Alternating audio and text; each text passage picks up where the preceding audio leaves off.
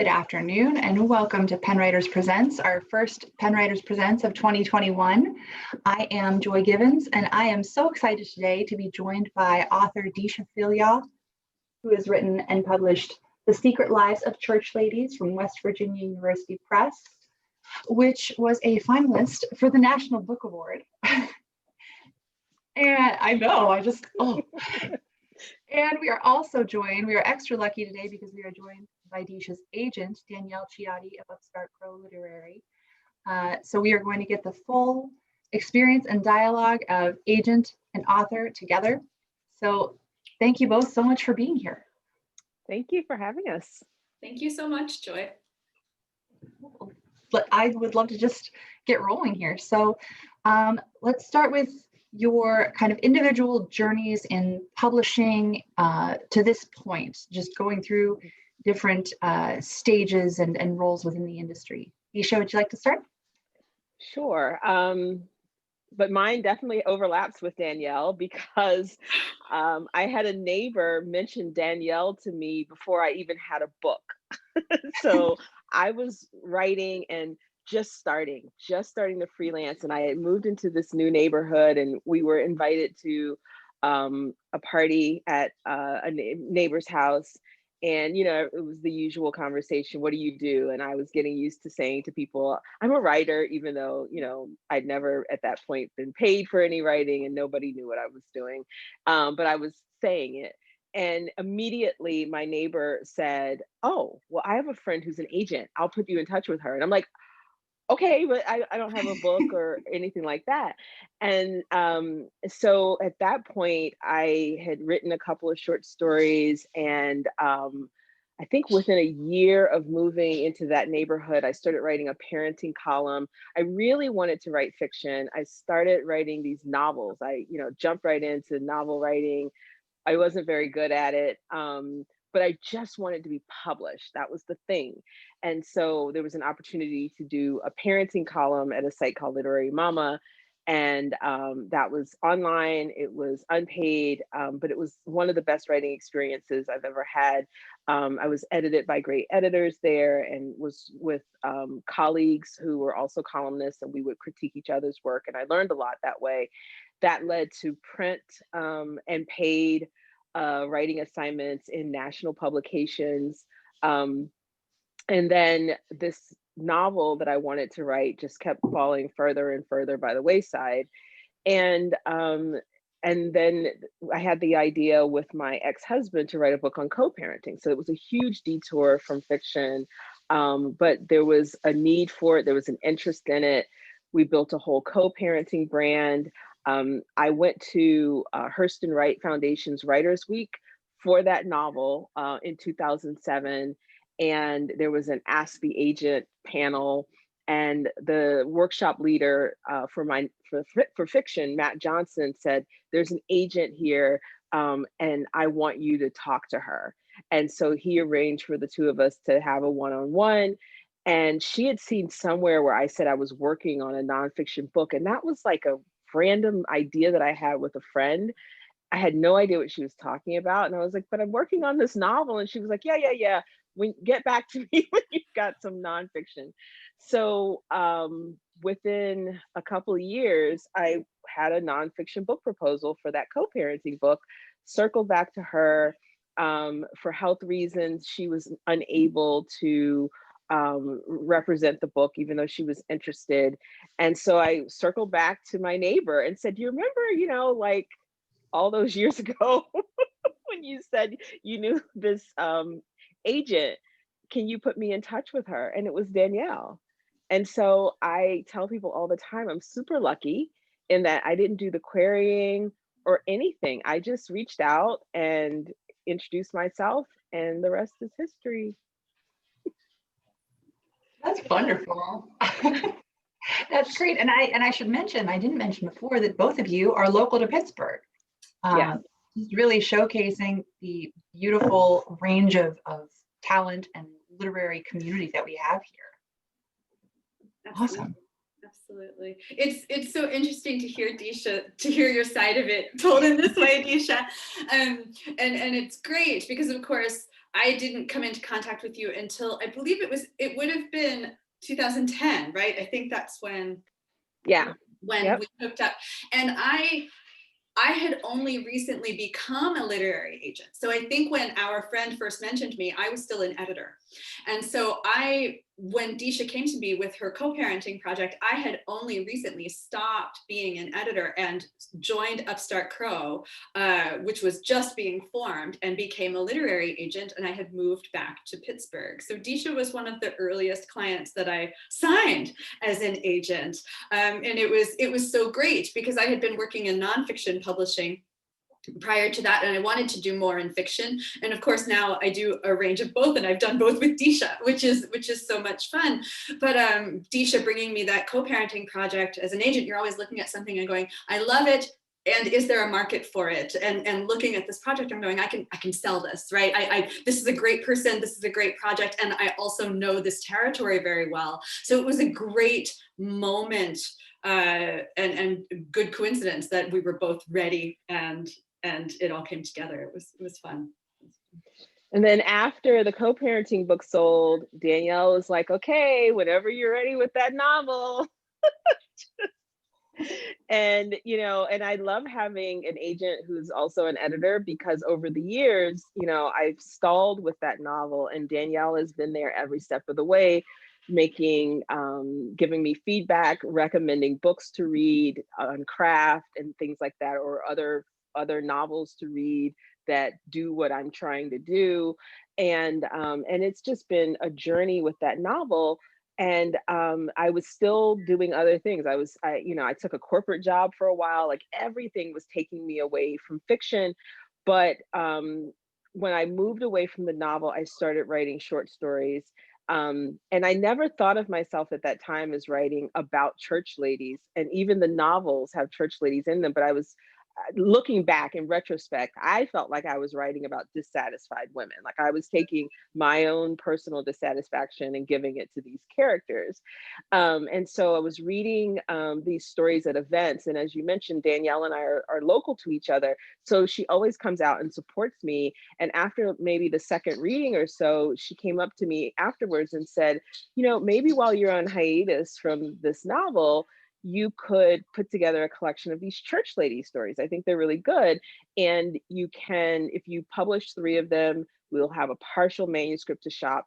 And that sounded so possible. That sounded, I didn't feel overwhelmed by that the way I felt overwhelmed by Finish This Novel. Because the novel, now I know, had some problems that were so fundamental and foundational that I would have just kept banging my head against that wall. But doing the collection helped me grow as a writer and figure out some, narrative problems and different things like that. So Danielle encouraged me to keep writing and be intentional about church lady stories to build a collection, because I hadn't been. And so I did.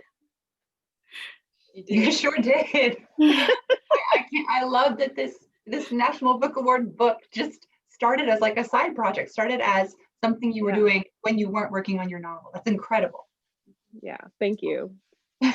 It's pretty incredible. Deesha, I remember the reading where I heard you read the church lady's story. But one thing I remember about our relationship is that we would meet several times a year for breakfast or lunch, and we would talk about writing. We would talk about the novel, and I remember talking about the church lady's stories. And I think at that point we had migrated our breakfasts or lunches to the Ace Hotel. Yes. We're sitting with you in the restaurant at the Ace Hotel, and we were going through all of the possibilities. And you had, Deesha had idea after idea after idea. And it wasn't a matter of if the stories were going to get written. It was the matter of which ones were calling to her the loudest. So it's been interesting and fun to see. I remember that, because I did, when I knew we were going to meet, and I cataloged all of these story, drafts, and some of them were 1 sentence and some of them were 15 pages. And and some of them didn't even have titles. And so I had to quickly put some identifiers on them. And then we went through and thought, well, what could shape this collection? And then to get really intentional about that theme of Black women, sex, and the Black church, because some of the stories, you know, again, it wasn't like I said, I want to write about this theme.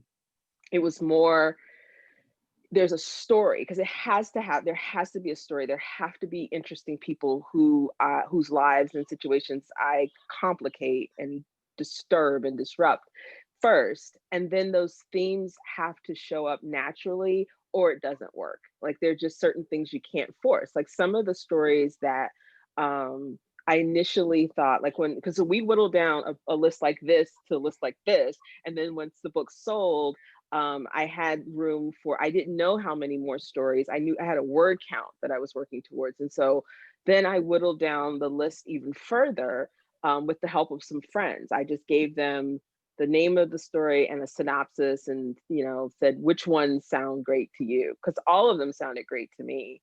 And then I just picked the top 5 based on the 5 or 6 people I asked. And then when it was time to write, there were a couple that at that point, it didn't feel like it could be a church lady story. You know, it just didn't feel right. And so that helped me, you know, not, you know, whittle things down even further. But Danielle, you did coin the term church ladies. Did I? Yes, I was not thinking of it like that. Now, I did come up with the title, but I was not thinking about, you saw that thread. I didn't see that thread. Wow. I think I was too close. Wow. Wow. The process is amazing. And I think that when you have a relationship that spans years and that spans multiple creative things, I get chills. It bowls me over to see how it works. I don't think of it that way, or hearing it from your perspective is very interesting, because I just think you're the person who creates all of the magic, and that's so true. I mean, I might throw things out. I might say something like, these stories are about church ladies, but you take that and you weave that into something magical. Yeah. It's so beautiful. I was that kid that liked math homework, right? So, like, you give me homework, a stack of papers, you know, I'm going to fill them out. I'm such, you know, a Girl Scout in that regard. And so I think that's the benefit of our relationship, in that you'll suggest things, or you'll, you know, propose something, and I see it as a challenge, you know, and as an assignment. And it's like, okay, I'm going to do it. And that works well for us. And I think it helps that we're both Virgos. I think that really is a good factor here. We joke about that a lot. We both have strong Virgo, get it done, it's on the to-do list energy, and that benefits us for sure. Yes. For sure. Yeah. Wonderful. Well, so let's talk more about the church ladies. One thing that I really enjoyed about this book was, and you kind of got into this by describing how you whittled down the stories, just the different approaches you took in each. One of my favorites, like when I first picked up this book from White Whale bookstore in Pittsburgh, I just, rather than starting at the beginning like you're supposed to, I was like, well, it's a short story collection, so let's see what happens. And I just started in the middle. And the first one that I came upon was How to Make Love to a Physicist. Oh, and yes. I was like, holy crap, she wrote the whole story in second person. Like, it was so different and fresh to hear the whole story. You're getting it in the pronoun of you. You do this, you do that, he does this, you do that. And it was, I mean, how did you think about structure in putting this book together? With that one, and with, I loved Dear Sister, with it being this long letter. And I loved when you even said, I had to stop for a bit there. You know, we had to stop. Yeah. How did you work with structure in this book? So for some of the stories, in playing with form, for no other reason than I was bored, you know, I get bored easily. And so, you know, for Instructions for Married Christian Husbands, you know, the idea of just writing that as straight narrative had no appeal to me. I had like 10 to 15 pages of a traditional narrative about a woman who ends up being our narrator, and about one particular man, married man that she's involved with. And I had written them out, and I'd written out how they met and all of this stuff. And that was the last story I wrote. It's not the last story in the collection, but it's the last one I wrote. And I just had no interest in it. I didn't feel like I had anything interesting to say. I was like, you know, what's going to happen? She's going to fall for him. He's going to fall for her, or they get caught. Like, none of that interested me. And, but what I did like were two sections in there, the introduction, and then this, the section where she's describing undressing, like a ritual. And, you know, thinking about how women in the triad of a husband, a wife, and the mistress, you know, the mistress is marginalized and usually has to, you know, follow the rules of engagement that the man sets. And I thought, well, what if I disrupted that? And what if she set the rules? And what if it was a literal rule book? Because I really like playing with form in essay writing, and you can do the same thing with fiction. So that's what happened there. And then with How to Make Love to a Physicist, that one came about from the title, because I had a crush on an actual physicist. And so I was, you know, really starry-eyed. And so there was that first line, and then the corny second line, which is like, it has to happen on Pi Day. And then I left that for, I don't know, 8 months, a year. I just put it somewhere. But I wanted to come back because I love that idea of figuring out who these two people are and how do they get to Pi Day, and knowing, as my agent editor would say, I've got to create problems for them. So something has to happen before they can get to Pi Day that's interesting and plausible. And so once I had that title, I just stuck with the second person, you know, how do you make love to a physicist? And then having the sort of little vignettes, like bite-sized, you know, because I was figuring out the story as I went along. And then finally with Dear Sister, that was inspired by an actual conversation that 3 of my half-sisters and I had with our 5th half-sister, who we had known about, but never were in touch with. Sorry, I got a call anyway. Sorry about that. And after our father died. And so the 4 of us called her all at once. We were all together and called her. Don't ever do that to someone. If you're listening and you find yourself with a 5th half sister, don't call her all together. So I started thinking, what if instead of a call, it was a letter? Because I love the epistolary form. I love reading, you know, books that are epistolary. And so I thought that would be interesting to write. But I will add that none of those sisters are my sisters. Like, I would never violate their privacy that way. I do have one sister who's a nurse, but she's nothing like Tashida. I had a lot of fun writing those characters because they are not my sisters. Did I say that they are not my sisters? So, you know, I had that as a premise, and then, you know, was able to play with it from there. That's really neat. And I was wondering while reading it, I thought she's got to have a lot of sisters. Like, yeah. And I totally believe you. I also have several sisters. Yeah. 2 sisters, 2 stepsisters, and a half sister. And yeah. I would never write any of them exactly as they are into a book, because they know where you live. Right. And, you know, and it allowed me to create relationships, because unfortunately, other than my one sister, our mothers raised us together like sisters, like whole sisters. The others, I did not have relationships with them. And so I like the idea of the 4 of them having, you know, grown up together. That was fun to imagine. Yeah. Well, and you really showed their closeness. So, yeah. And that was what rang so authentic to me about it personally, was just the closeness of knowing each other, warts and all, and being frustrated to death by each other, but still having that loving. Yeah. And I feel like that's what really threads through each of these stories, is the authenticity of, you know, maybe I haven't lived this exact situation, but the feelings are there so clearly. And the thread that kind of stuck out to me as I was reading, I noticed it about 5 stories in, was loneliness, and the way that you kind of take these women's loneliness and turn it into a kind of empowerment when they realize what they need or don't need. Yeah. Did you have any other emotional kind of cores in mind these stories altogether, or like any in particular? Yeah, I mean, closely related to that loneliness is longing. You know, Mhm. that's something, which I think is just sort of organic to almost any story, that people are longing for something, something that they have, that they don't have, or something they had and they want again, or, that's something that's missing. And sometimes that's manifest as loneliness. Being lonely because you're without someone, or being lonely with someone, the loneliness. And, I think about Snowfall, and just sort of the disconnect between them that they had to navigate, because of their different relationships with their mothers. So I would say loneliness, longing.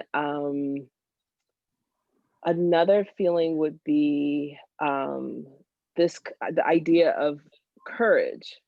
And it's kind of tricky, because I think, for example, of Jael, and I always say that she's my bravest character, but then I want to like asterisk that, because she takes on predators in ways that, some of us, couldn't, didn't, whatever. And I don't want to insinuate that girls who don't, attack the person who's harassing them in the street, that they're not brave.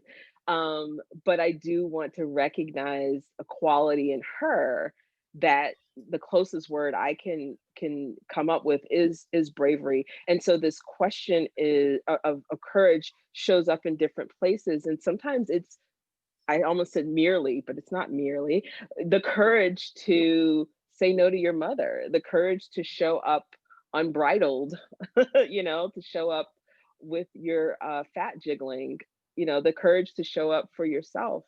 Um, and so there are different ways that the characters grapple with this idea of being courageous for their own sakes, and being courageous enough to be who they really are, to break old patterns, and to break.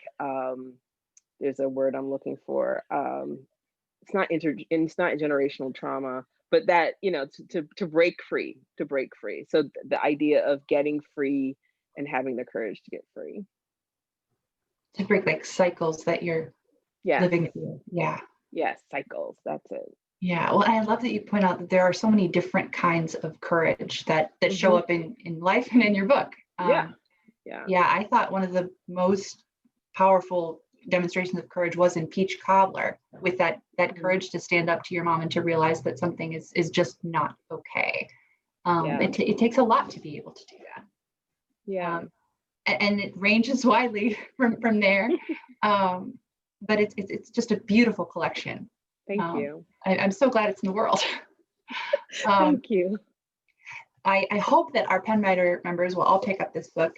The Carcass Reviews starred review description on the cover here is tender, fierce, proudly Black, and beautiful.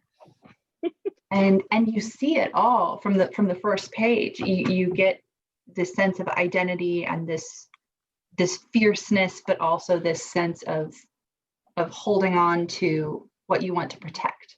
Yes. It's a wonderful collection. Thank you. And I guess I'm just going to keep fangirling out right now. So I should probably shift topics for a little bit. Okay. Let's go over to Danielle and talk about your role in putting together this collection for submission, in helping to shape its growth and getting it through the acquisitions process. Sure. I was soaking in all of Deesha's words, so I'm coming down from that for a moment. Sometimes it's still very surreal. Deesha, you do this all the time, so maybe, I don't know if it stopped being surreal for you. Yeah, it's still great. Every conversation is different. Yeah, I'm having an out of body moment here. Right. No, the submissions process. So Deesha had been working on we had the idea for the collection, And Deesha had her homework and she was Virgoing out on it, right? I'm going to write these stories. I'm going to get them published. And every time she would get another one published, she would get in touch and say, here's another one. Here's another one. We're getting closer. So once she sold the third one, I think it was, I started thinking of a submissions list and putting that together and getting ready to go out with it. So on the agent side, it's looking at all of the work that Deesha's done, making sure all of the stories are pulled together. I remember in particular Deesha talking about Jael at one point, but I don't know if that was actually for a publication or if it was for the book. I can't remember. It was for the book because the 3 that I had published were Not Daniel, Snowfall, and Eula. Those were the 3. Okay. And Jael, for some reason, is the one, she's near and dear to my heart. I love that story, and that one sticks in my head. So I remember us doing back and forth and feedback and talking about that. And I remember trying to.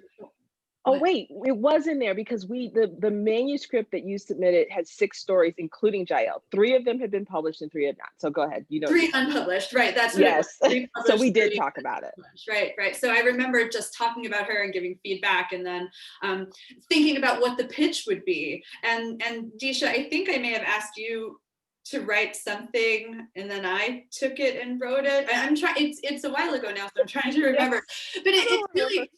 As an agent, it can be very nerve-wracking when you've worked on something with a client for so long, and when a client has worked on something so long, to try to encapsulate that into a pitch and to think, your heart, Deesha's heart and soul is immersed in this book. My heart and soul is immersed in this book. Now I have to whittle it down to several sentences that somehow have to convey all of the beauty that's in this book, and that can be tough. It can be really tough, but I think I came up with a pitch that I felt happy with, and I think a lot of that made its way onto the final copy of the book. So whatever you're reading on the copy of the book is basically the copy I used to pitch the book. It may have been tweaked slightly, but the basis is there. And I think we looked at a mix of large and small publishers for Deesha. And I think that one of the hurdles we wondered if we were going to have to overcome was Deesha's a newcomer on the scene and she's got these publishing credits, but who is going to stand up and pay attention? Who's going to be willing to take a risk, right? When they discover this new voice. And when WVU Press came in, there was never a doubt for them. And I had actually had coffee with Derek, the publisher over there, prior to being ready to go out with Deesha's book. And even when I mentioned it, he said, that book is for us.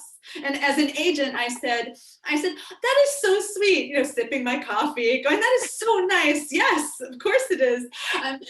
But he was 100% right. It was for them. And he knew it. When he heard about it, he knew it the moment he laid eyes on it. And it just became very evident in their understanding of how much they loved it and how they knew how they wanted to publish it.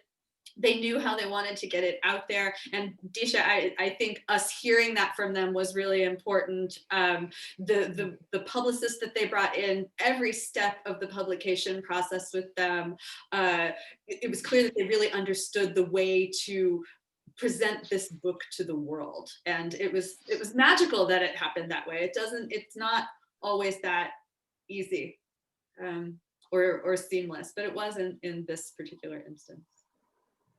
Yeah, well, and it certainly seems like they figured out how to present your book to the world. That's awesome. So let's talk about post-publication. The book came out September 1st, 2020, is that right? And then almost immediately it was like National Book Awards season and you were on the long list. Can you take us through kind of the steps of that road? Oh gosh, I just had a flashback to talking to Danielle when the long list came out and both of us crying on the phone. And just because for National Book Award, they don't tell you in advance. I found out when everybody else found out. And I was anticipating the list because I was curious about the list, but it never occurred to me that my book would be on the list. And of the 5 categories, fiction is the last one that they announced. And I got a message from someone that said congratulations, and I didn't know, what she was talking about. And then when she dropped the link and I saw that it was for the New Yorker, I just screamed. I just screamed and screamed and screamed. And then I called Danielle because you hadn't seen it, or had you? It was early in the day, very early in the day. It was like 10 a.m. Yeah, and so no, I had not seen it, and right, go ahead, keep going, and I'll chime in. No, I just remember us screaming and crying. So go ahead, you might have more details. That's what I remember. I think you texted me. So when Deesha and I get good news, we do a thing where we will text each other just our first name, maybe with an exclamation point, maybe with ellipses, the ellipses. Yes, ellipses. So I think because it happened over the summer when Roxane Gay shouted you out on Twitter. Yes, and I texted you and I said Roxane Gay. Right? And so you had texted me that morning and you said National Book Award. And that's right. And I'm just like this with my phone. I'm like, National Book Award. What? And then and my hands started shaking. And I thought, my God. And I called Deesha, who answered the phone by screaming. I began to scream. We just... Your kids were worried because they were in school. They were in Zoom so school. much screaming. My kids were in class and I was standing in my bedroom and screaming. And my son burst through the door and he said, Mommy, are you okay? And I said, I'm fine. I'm screaming because something really happy happened. And Deesha, what I remember is I said, where did you hear this? And you said, it's in the New Yorker. And I think I said, text me the link. And we just, but I think there was a good 15 minutes of breathless, non-stop screaming and crying. Face aching. My face hurt that day. Oh my gosh. Between the smiling and the screaming. Yeah. So much screaming. It was so good. It was the best day. Oh, that's wonderful. I can picture it all. Yep. And then the short list that we were like watching and refreshing, and both of my daughters were on devices and we were all on different sites waiting for it to come through. And I had a Zoom party to celebrate that one. Like once I was shortlisted, then Danielle and folks from West Virginia University Press and my friends and family, we all jumped on Zoom and there was champagne. It was fantastic. There was champagne at 10 a.m. and it was a really fun party. It was so And then Danielle hosted a party for me in the parking lot across the street from her house with a few local people that we could socially distance celebrate with more champagne and cake. It was great. It was a season to celebrate, and it's been such a season of celebration, and it's been this beautiful light in the darkness of this very weird year. Absolutely. Yeah. Yeah, well, I'm glad that you got to have seasons of celebration throughout all of 2020. Yes. We all needed that. Yeah. Oh. Yeah, I know. I got more tuned into the National Book Awards too. Like as the season went on, I was like, let me see what's happening in Publishers Marketplace today. Have they announced it yet? And I think Danielle, you told me like when it would be. So I remember October, it was my mom's birthday, October 6th. I like refreshed really early because I wanted to see what happened. Yes. Yeah. It was very exciting. So I have a question and I'm going to try to phrase it cautiously for both of you. I'm assuming that you don't have a favorite story in this collection. If you do, that's great and awesome. But which story would you say you connect with in a unique or special way that just means something different to you than the other stories in the collection, and why? Oh my gosh, that's a great question. I won't say which one's the best because there's a multi-way tie. Danielle, if you have an answer, go ahead. I'm thinking. Okay, while you're thinking, I'll talk on that a little bit. I can say that I have stories that cycle in and out of my, I don't know, my emotional space. And it's been interesting because, again, before we went out on sub, I was really into Jael, and for some reason she really spoke to me. I loved the kind of the secret and not so secret anchor of that story. I thought it was really important and really powerful. So for a while, that was the story. And then over the fall, I picked up the book again. It was right before the main awards ceremony for the NBAs, I think. I picked up the book again, and I thought I hadn't read it since it was between two covers. I had only read it as a collection of Word document pages. And so I sat down and I reread it. And I think I was texting Deesha while I was reading it, but Yes. which is so fun. But How to Make Love to a Physicist, when I read it this time through, when I sat with that story, the story just is so good, and it broke my heart, and it filled me with joy, and it gave me chills because it's so much about the reinvention of the self. It's not about loving someone else as much as it is about loving yourself and being committed to doing that work on yourself. And I think in a year when we're all stuck in the four walls of our home and we have nothing to do but look at ourselves a lot, I just, there's something about it that really spoke to me. I thought it was so beautiful and such a great message that achieving intimacy with the self is integral to achieving intimacy in other areas of your life. I think whether that's a friendship or a romantic relationship or whatever that means.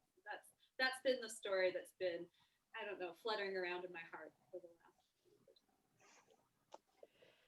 Oh gosh, there's so many. Each story I could say, it's this for me. That this is why it does it for me. But if I have to pick one, I'm gonna pick Not Daniel, partly because it's an underdog. It's the story that people talk about the least. But I think it's really emblematic of all the stories in the collection, in that all of these stories in one way or another present you with some sort of moral complication that sort of defies Black and white thinking. It challenges Black and white thinking. And, you find yourself saying, is this a story about infidelity, or is this a story about grief, or is it both? Or are those the right questions? What's the most interesting thing about this story? What's the most provocative thing about the story? Is it that he's married, or is it that this is how two people are grieving? And so I hope that all of the stories challenge and complicate our ideas around binaries, including binaries around morality. And I think Not Daniel does that really, really well. It's not the only story in the collection that is about grief, but I lost 3 loved ones, including my mother, in 2005, and so grief is very much a part of my makeup. And so I connect with the grief in that story every single time I read it. I've read it a million times, and it still touches a place in me. That's a really good answer. And I think, correct me if I'm wrong here, that Not Daniel is also the shortest story in the book. You paint such a complete picture. I'm a huge fan of flash fiction. And you paint such a complete world and story and tension in that, so in so few words, in so few pages. Did it start out longer? Did you whittle it down? No, it was never longer. And maybe that's another reason I have an affinity for it, because the first writing workshop I ever took was flash fiction, and I was horrible at it. I was absolutely horrible at it. Mostly because, and I think for a lot of writers, sometimes the problems that we have with writing aren't really writing problems, they're personal problems. And so for me, my personal problem was, the worst thing was to be misunderstood, the absolute worst thing. And so I told too much, and I explained too much, and I gave the reader too much. I didn't trust myself or the reader enough. And that's why flash fiction eluded me for so long. But then when I became less concerned about being misunderstood, and became more confident in myself and my abilities and trusted myself, and also had enough experience to know how to trust the reader, I got better at Flash. And so I didn't write that with the intention of this is going to be Flash. You know, it's I can never predict how long something's going to be. Usually they're longer, as you can see from the collection. It is the shortest story in the collection. So that was lightning striking for me. I was able to do that. But it's still a challenge sometimes for me to write Flash. That is not my it's not my ministry to write Flash, but so. But I just read a Flash piece of yours a couple of days ago. That's most excellent. Well, thank you. The first thing I wrote in quarantine was Flash. But again, I had no idea it was going to be Flash. Like, I wish I could say, all right, the word limit is 1,000. I'm going to get it, and it's going to be less than 1,000. Whenever I have a small word count, I usually end up having to edit down. So, but when I'm writing and not thinking about a word count, you know, sometimes it happens and sometimes it doesn't. So interesting. So I know my co-host Rhonda would love to ask if you consider yourself, and I suppose you sort of already answered it, whether you consider yourself like a pantser or a plotter when you're writing. And it sounds like for short fiction you are more of a pantser, like you or you know where like it's fly by the seat of your pants. Is that what it means? I love that. Yeah. Do you plot it all out and have an outline that you follow, or do you have a spark and you let it take blaze up? I'm a pantser, which is probably why novel writing is so hard. I think for novels, you really, I mean, with the novel, I've done more, you know, plotting, or I've tried to at least. But with stories, they come in different ways. As I mentioned, sometimes it's the title, sometimes it's the first line, sometimes it's kind of like a premise of a what if. Like Jael was a what if. Like I read about that Bible story, the real story in the, I forget which book of the Bible that is. And I was fascinated by the violence. Like, how violent is it to nail someone's head to the floor? That's Judges, personal. yeah. Judges, well, yeah. That was serious. Yeah. And they made a song about it, like wrote a song about it, like here it goes.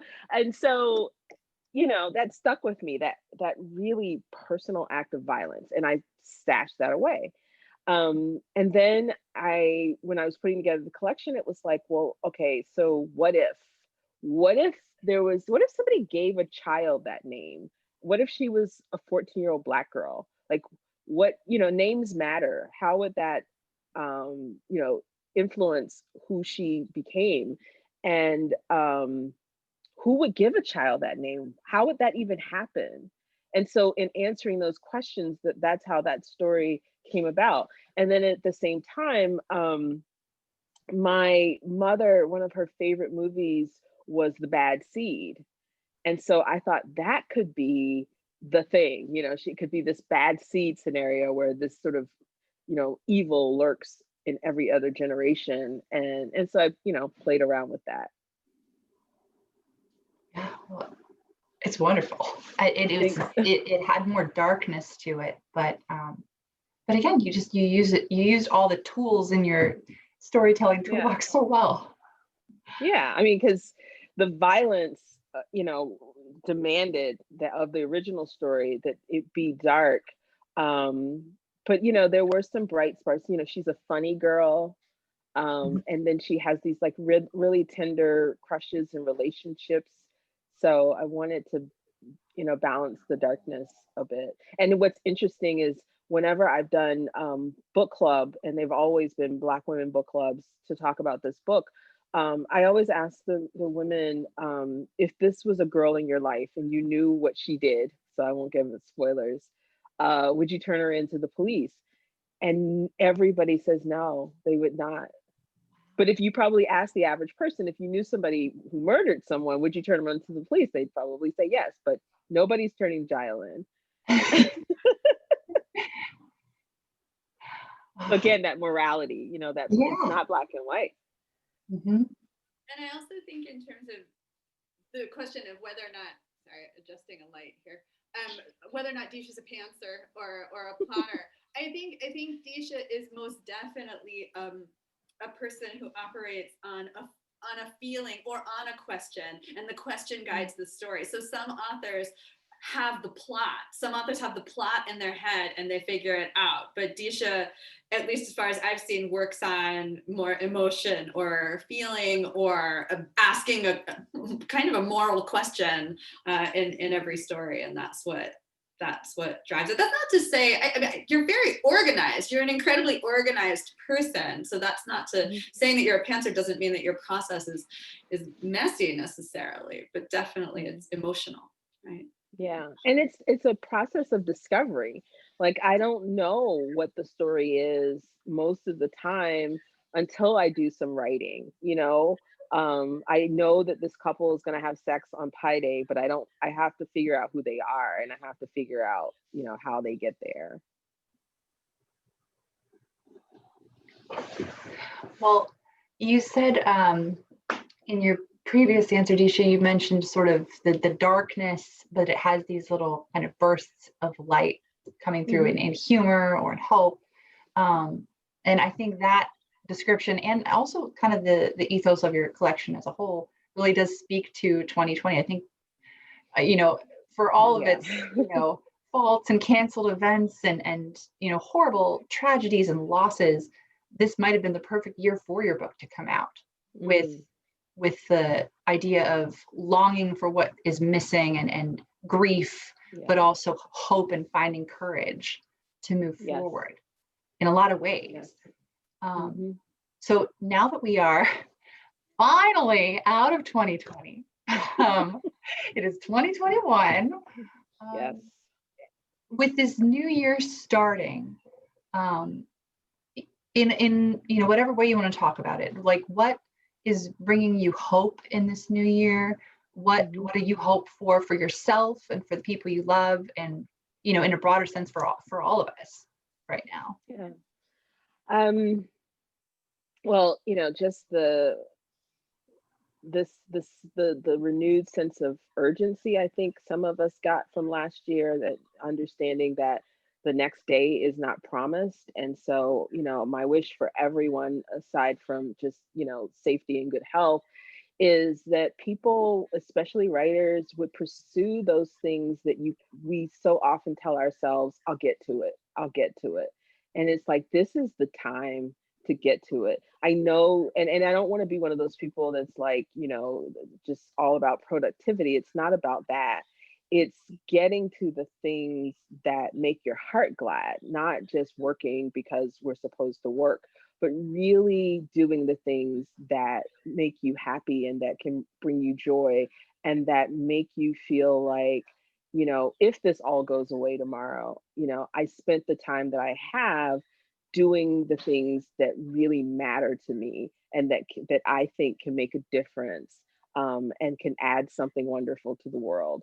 And so I just hope that people have that renewed sense of urgency, not in a way that it, you know, just drains us, but in a way that delights us and is that sort of bright light. And I think that that's where the boundary is.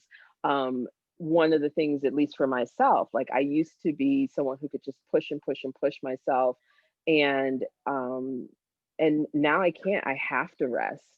And what that means though, is then I start to prioritize, right? And so I think that's what it is. It's not necessarily pushing yourself to do more, but deciding what's worth doing, you know, what is worthwhile. And I think some of us might answer that question differently after the year that we just had.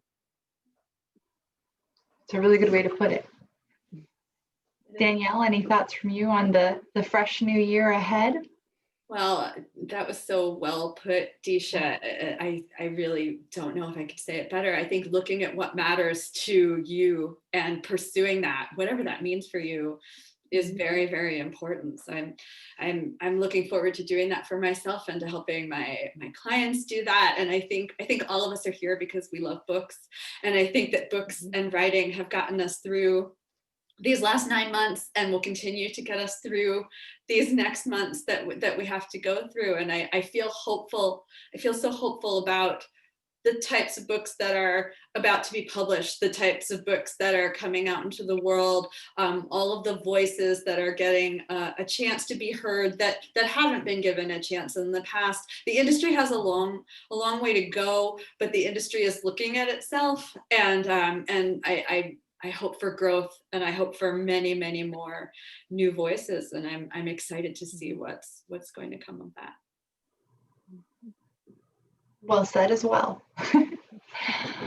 I just have a couple more quick questions here for my own curiosity as well. What are you working on right now, if you'd like to share? And what are you reading? What are you enjoying taking in creatively? So early this week, I just finished another round of revisions on a short story that Danielle's looking at that I wrote last year. That's been a bit of a heavy lift. It's a different kind of story for me. And for one thing, the main character is a man, and that's a first. And then I also did another round of revisions on a personal essay that Danielle has also given me some feedback on. That's a different kind of writing, in that it's nonfiction and very personal. It's been a while since I've written very personal, written about my personal life in such a transparent way. So I feel very vulnerable, and so it's always great to have a good pair of eyes there, and Danielle has great eyes. And then the novel that I referenced earlier that I took a detour from to write the collection, I'm returning to that again with a lot of guidance from Danielle on what is this book now. I started it in 2007. It's not the same book, nor should it be. But what can it be, and what do I want it to be? And so we've been doing a lot of talking about that, and I need to do a lot of writing about that to match the talking.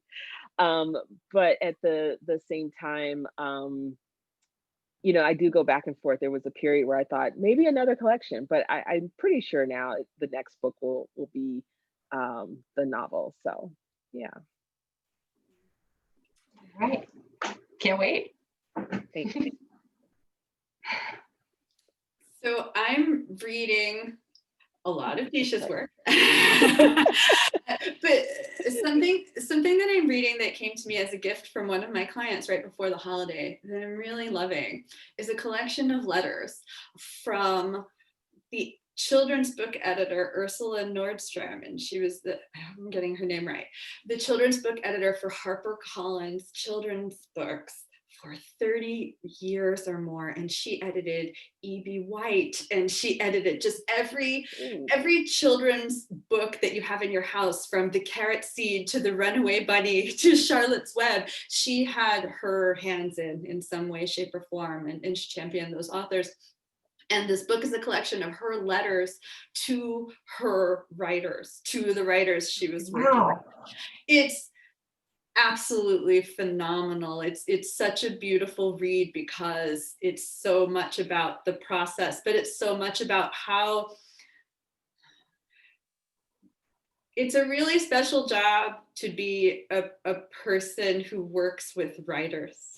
I'm so lucky to do this job every day. I get to work with people like you, Deesha, and you, Joy, and it's an honor. And being able to read that feels like taking a part in the history of what publishing has been and what it can become. And so I've been reading that and just absolutely loving it. It's touching me in so many different places, and it makes me feel grateful for what's come before and so hopeful about the future.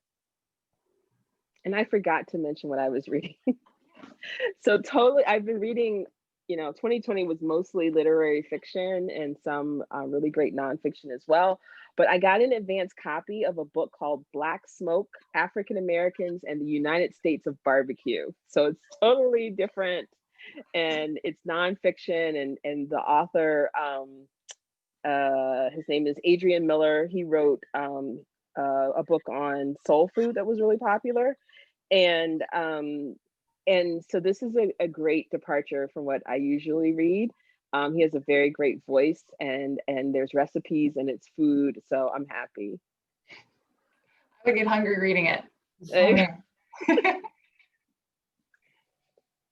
Well, we are about at our time, and I don't want to hold you two over, but is there anything else that you would like to talk about in your creative journeys with Pennwriters Presents?